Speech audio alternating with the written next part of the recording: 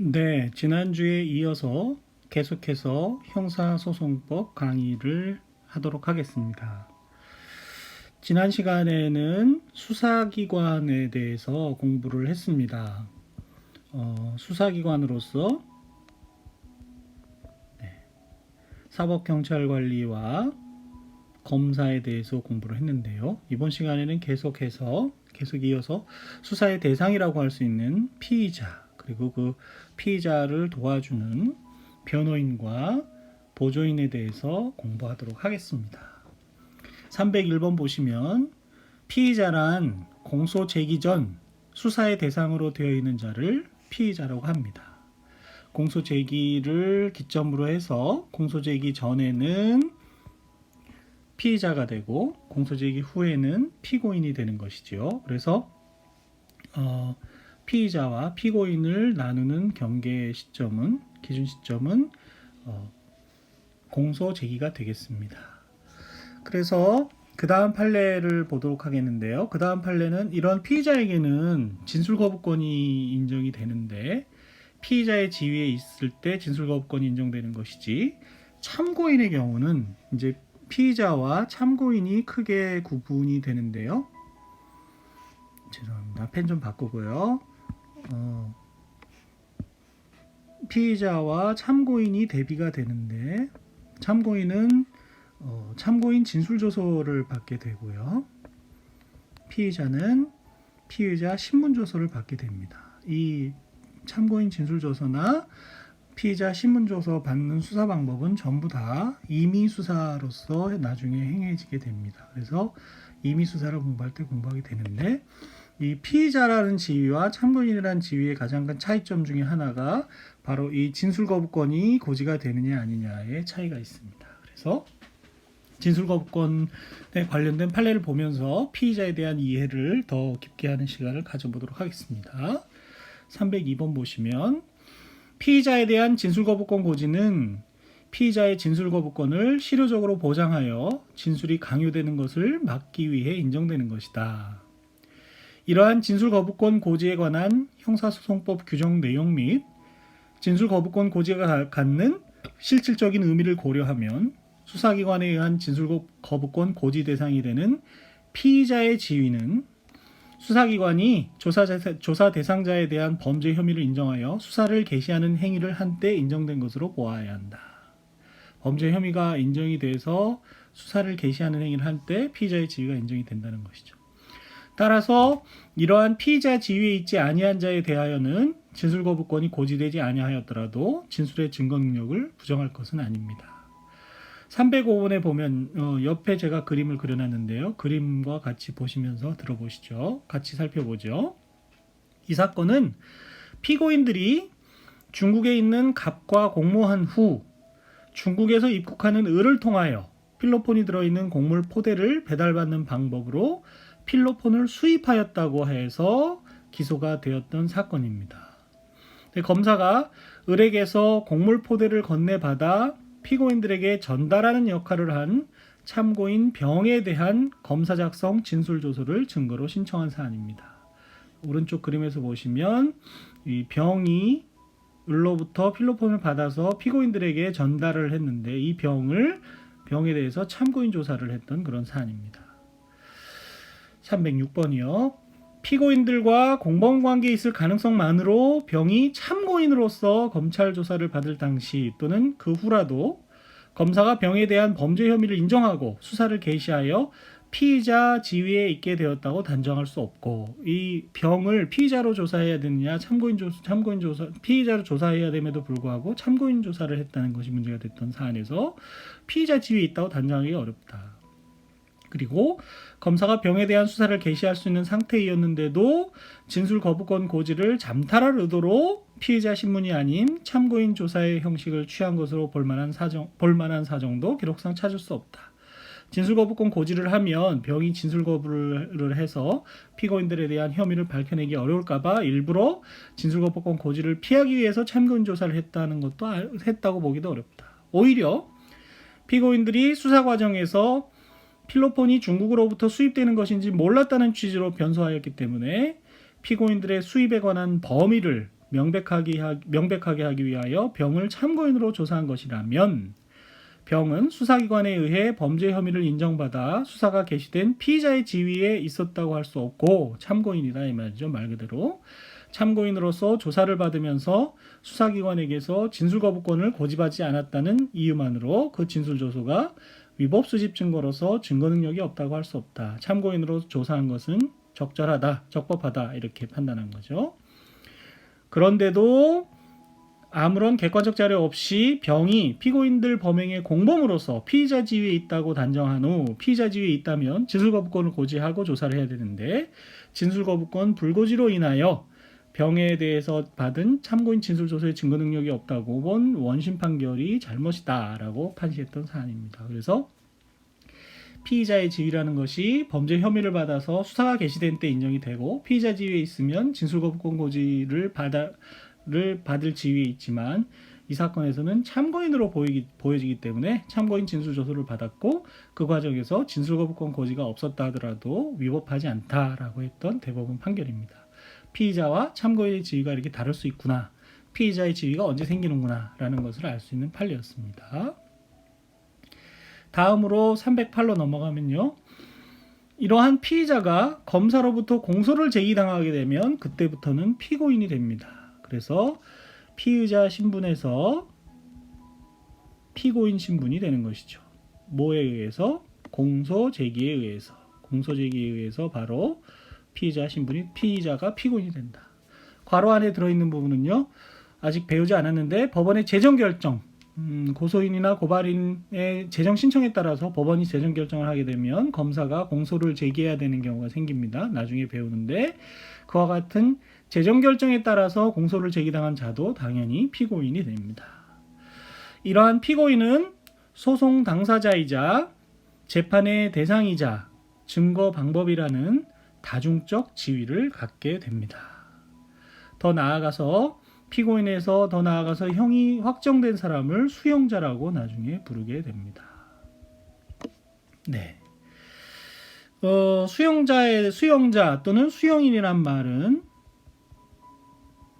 계속해서 여러 가지 앞으로 공부를 하면서 수용인이란 말이 더 계속 나오게 됩니다. 그래서 여기서 피의자, 피고인, 수용자라는 지위로 간다는 것을 알아둬야 되겠습니다.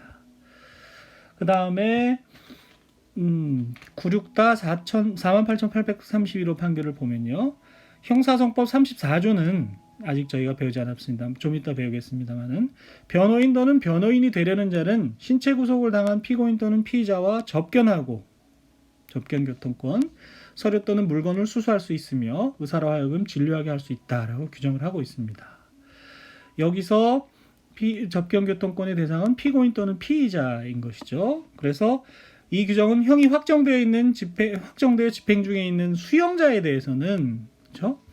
수용자에 대해서는 피의자 또는 피고인이 아니기 때문에 변호인의 접견교통권이 인정이 되지 않고 일반 접견을 해야 된다는 그런 의미가 되겠습니다.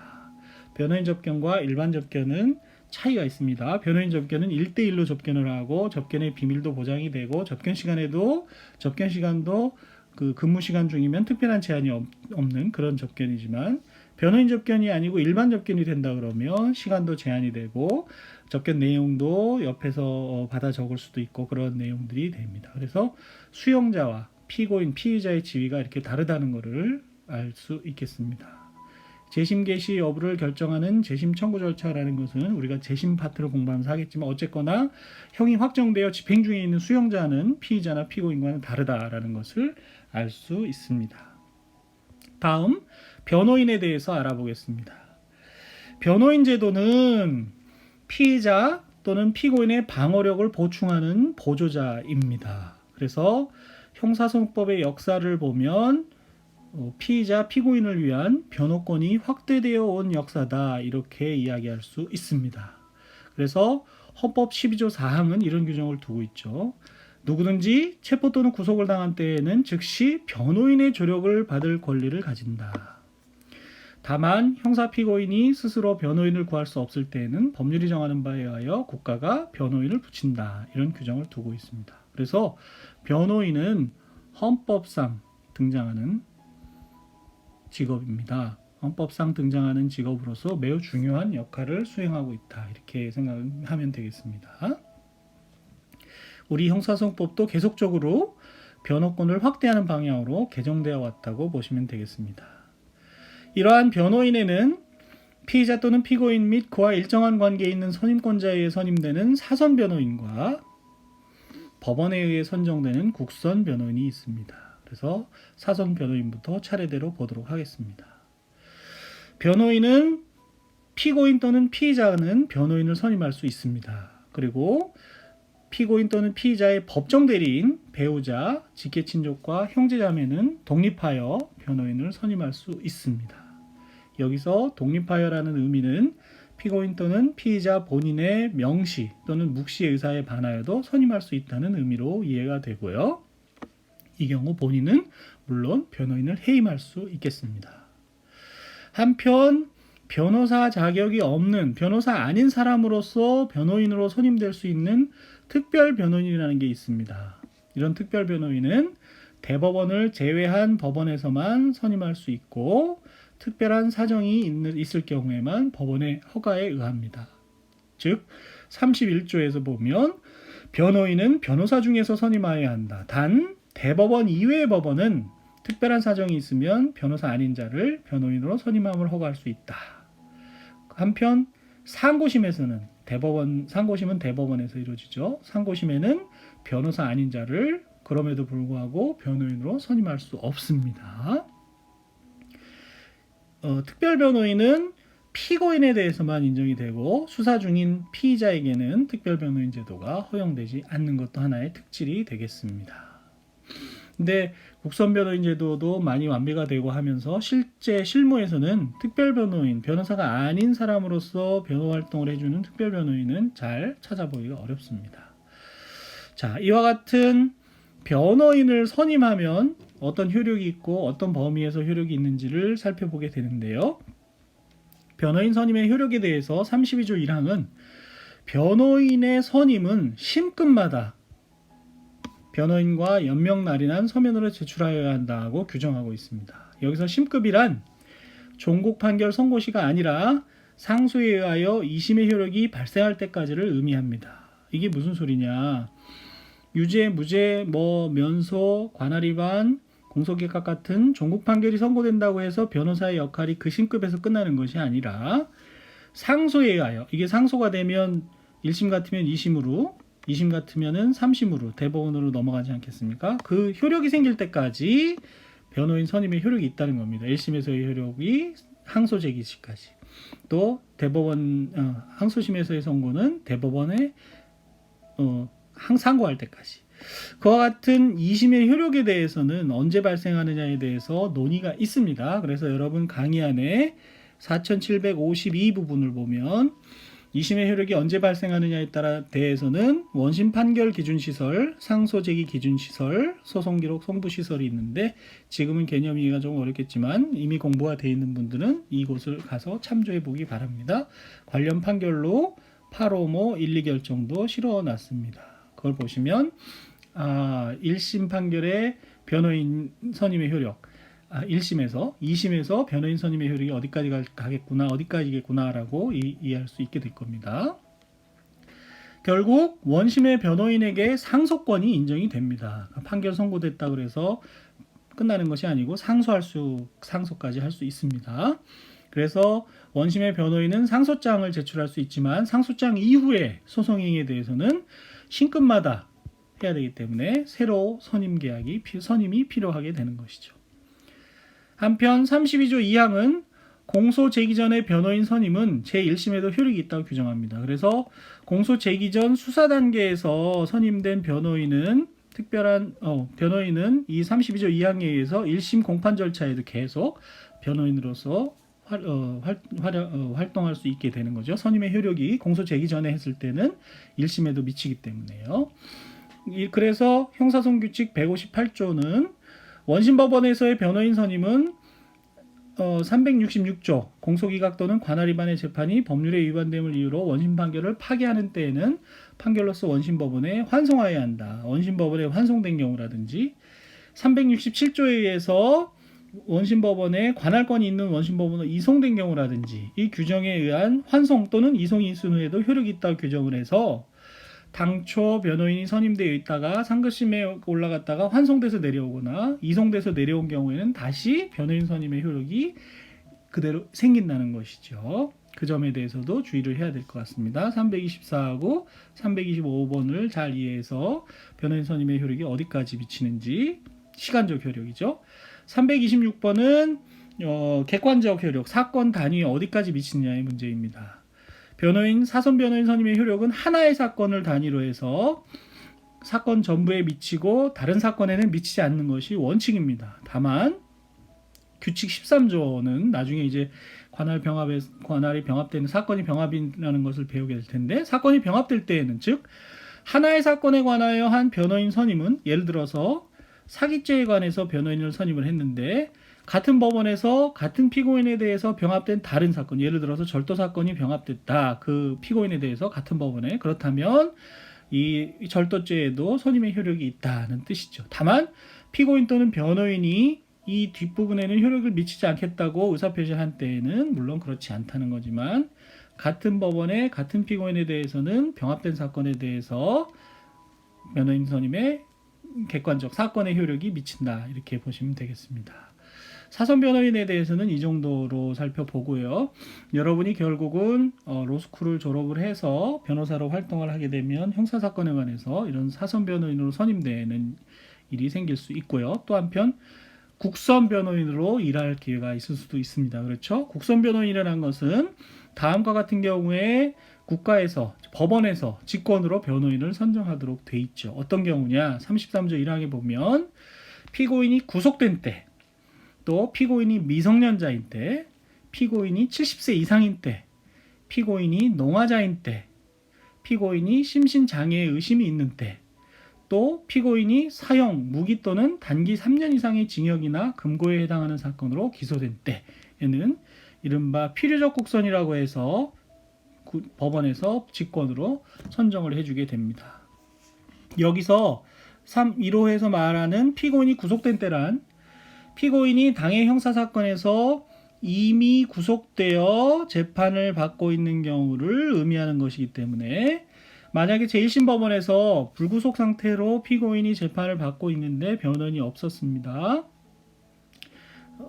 불구속 피고인에 대해서 판결을 선고한 다음에 법정 구속을 하더라도 구속되기 이전까지는 아직 구속이 안 됐기 때문에 1호가 적용될 수가 없어서 제1심 법원이 국선 변호인을 선정하지 않은 채 판결을 선고한 것에 법령의 위반은 없다는 것이 2010도 17,353호 판결의 내용입니다. 이것이 33조 1항에서 말하는 필요적 국선의 경우 피고인이 구속된 때의 의미고요.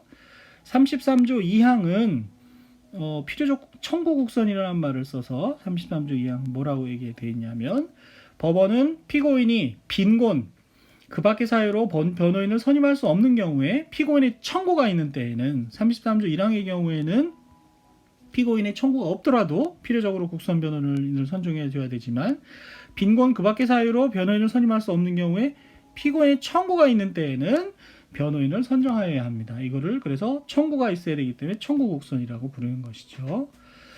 이 경우 피고인의 선정 청구가 없는 경우에 법원이 국선 변호인의 선정 없이 공판 절차를 진행하여도 위법하지 않습니다. 청구가 없었기 때문에요.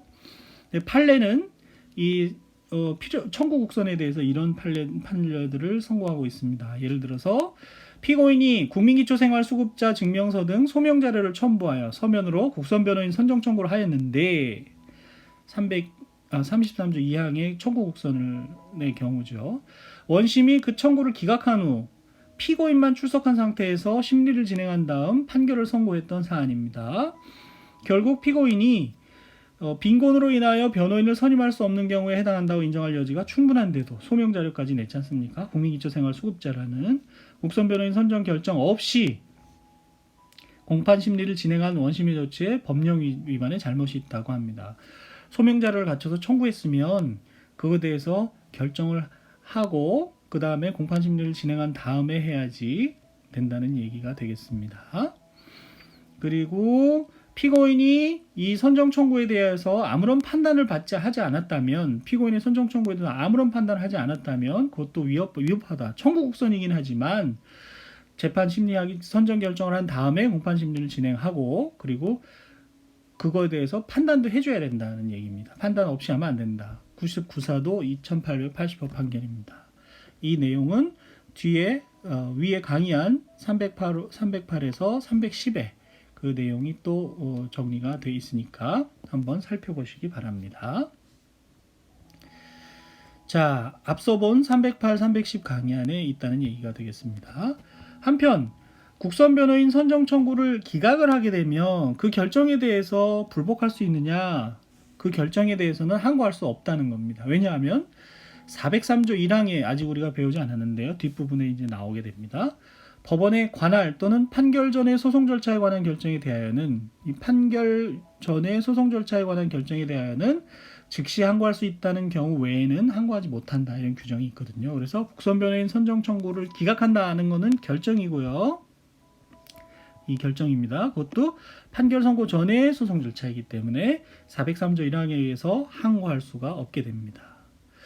한편 33조 3항은 재량국선이라고 해서 피고인의 연령, 지능 및 교육 정도 등을 참작하여 권리보호를 위하여 필요하다고 인정한 때에는 피고인의 명시적 의사에 반하지 아니하는 범위 안에서 변호인을 선정하여야 한다라고 규정하고 있습니다. 그래서 판례는 필요적 국선 사건이 아님에도 제1심이 국선 변호인을 선정하여 준 후, 이게 바로 33조 3항에 의해서 선정을 해줬겠죠. 피고인에게 징역 1년의 형을 선고하면서 법정 구속을 하지 않았는데 피고인이 항소장만을 제출한 다음 국선 변호인 선정 청구를 하지 않은 채 법정 기간 내에 항소 이유서를 제출하지 않았고, 법원도 재량으로 국선 변호인을 선정해 줄 필요는 없다고 보아 국선 변호인 선정 없이 항소심 공판 심리를 진행하여 피고인의 항소를 기각하였다면 국선 변호인을 선정하여 주지 않은 것이 피고인의 방어권을 침해하여 판결에 영향을 미쳤다고 보기 어렵다고 합니다. 무슨 뜻이냐? 아래 나오는 2013도 1886 판결을 보도록 하겠습니다. 형사소송법 33조는 우리가 지금 봤는데요. 1항 및 3항에서 2항은 청구 국선으로서 청구가 있어야 되는 거고, 1항 및 3항은 법원이 직권으로 변호인을 선정하여야 하는 경우를 규정하면서 1항은 필요적 국선이고 3항은 재량 국선이죠. 1항 각호에 해당하는 경우에 변호인이 없는 때에는 의무적으로 변호인을 선정하도록 규정하는 반면, 3항에서는 재량 국선 사항에서는 사정에 하에서는 피고인의 연령, 지능 및 교육 정도 등을 참작하여 권리보호를 위하여 필요하다고 인정한 때 하나여 재량으로 피고인의 명시적 의사에 반하지 아니하는 범위 안에서 변호인을 선정하도록 정하고 있으므로, 형사소송법 33조 1항 각호에 해당하는 경우가 아닌 한 법원으로서는 권리보호를 위하여 필요하다고 인정하지 않으면 국선 변호인을 선정하지 않을 수 있을 뿐만 아니라 국선 변호인의 선정 없이 공판심리를 하더라도 피고인의 방어권이 침해되어 판결에 영향을 미쳤다고 인정되지 않는 경우에는 형사소송법 33조 제3항의 재량국선 조항을 위반한 위법이 있다고 볼 수 없다는 경우입니다.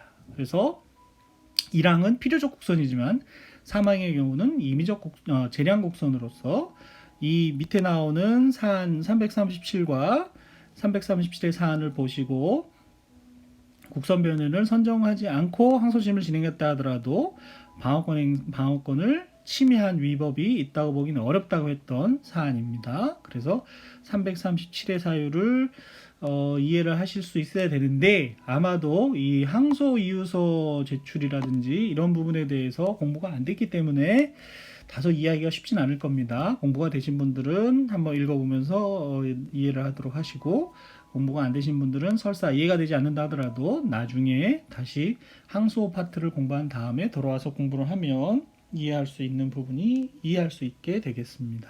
자, 그 정도로 하고요. 또 판례는 법원이 형사소송법 33조 3항에 의하여 재량국선 조항에 의하여 국선 변호인을 선정한 경우에는 그 변호인에게 소송기록 접수 통지를 함으로써 변호인이 통지를 받은 날로부터 소정의 기간 내에, 통지를 받은 날로부터 20일이죠.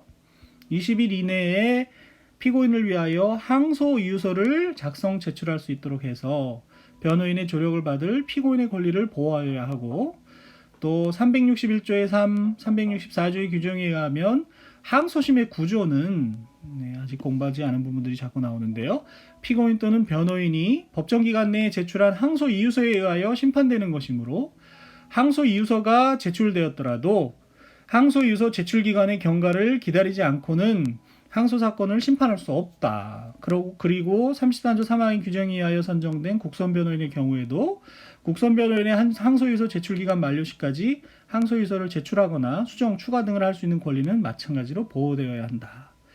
역시 이해하기가 쉽지는 않을 텐데요. 이 2014도 4496 판결은 항소 제기 파트에 제가 다시 강의안에 실어놨습니다. 지금 보고 계신 강의안에 항소 제기 파트, 특히 요 일련 번호 4989 이하를 보시면 요 판례가 실려 있을 거고, 그 부분을 또 이해할 수 있게 될 겁니다. 결국 항소 제기 파트를 공부하고 나서 이 부분을 봐야 다시 정확하게 이해가 된다는 얘기가 되겠죠. 340번 판례는요. 340번을 보겠습니다.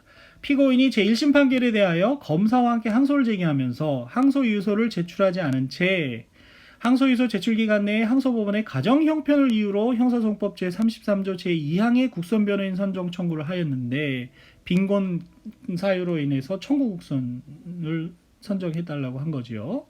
항소법원이 그로부터 3개월여가 지나서야 국선변호인을 선정하면서 그 새로 선정된 국선변호인에게 따로 소송기록 접수 통지를 하지 않은 채 변론을 종결한 다음 곧바로 항소유서 미제출을 이유로 피고인의 항소를 기각하는 결정을 하고, 선고기 일에는 검사의 항소를 받아들여 제1심을 파기하고 새로운 형을 선고한 것은 위법하다고 합니다.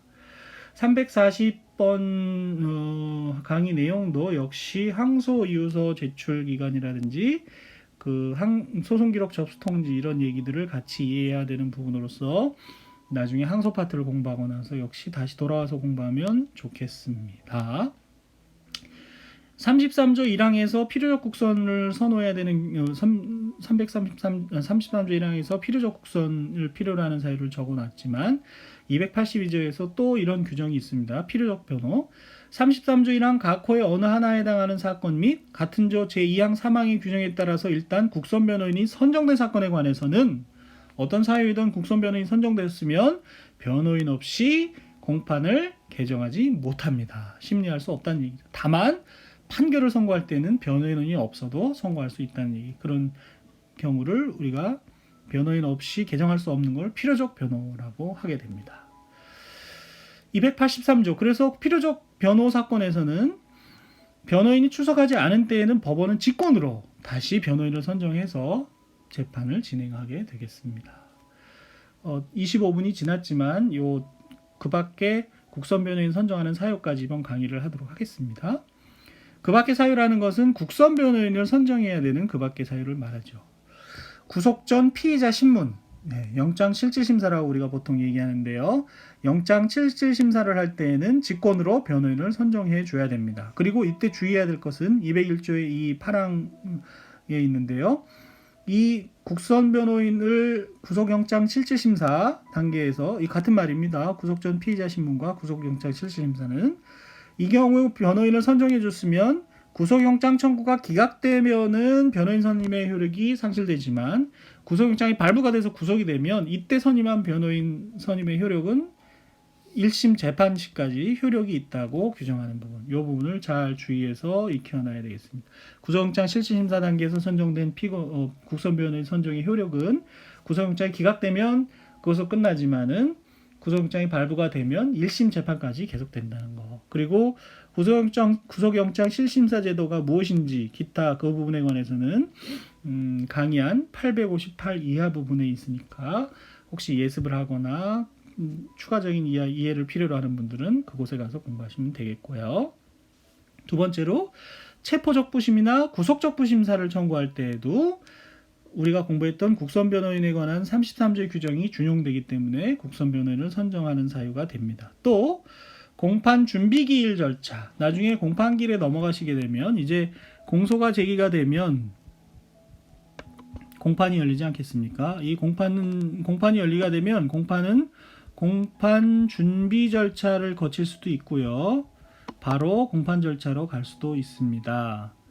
마치 민사소송에서 변론 준비 절차와 변론 절차라고 볼 수도 있는데, 공판 준비 절차의 회부가 되게 되면 국선 변호인을 선정해 줘야 된다는 것이, 선정이 되어야 한다는 것이 266조의 8 규정입니다. 그래서 공판 준비 길이 열리면 국선 변호인을 선정해야 되고, 한편 재심 사건 중에서 438조 제4항, 재심 사건이 뭔지는 이제 나중에 또 배우겠습니다만, 사망자 또는 회복할 수 없는 심신장애자를 위하여 재심의 청구가 있는 때라든지, 유죄 선고를 받은 자가 재심 판결 전에 사망하거나 회복할 수 없는 심신장애자로 된 때, 재심 청구서가 변호인을 선임하지 않은 때 재판장은 직권으로 변호인을 선임해 줘야 됩니다. 이런 사정이 1과 2와 같은 사정이 있을 때는 재심 절차에서도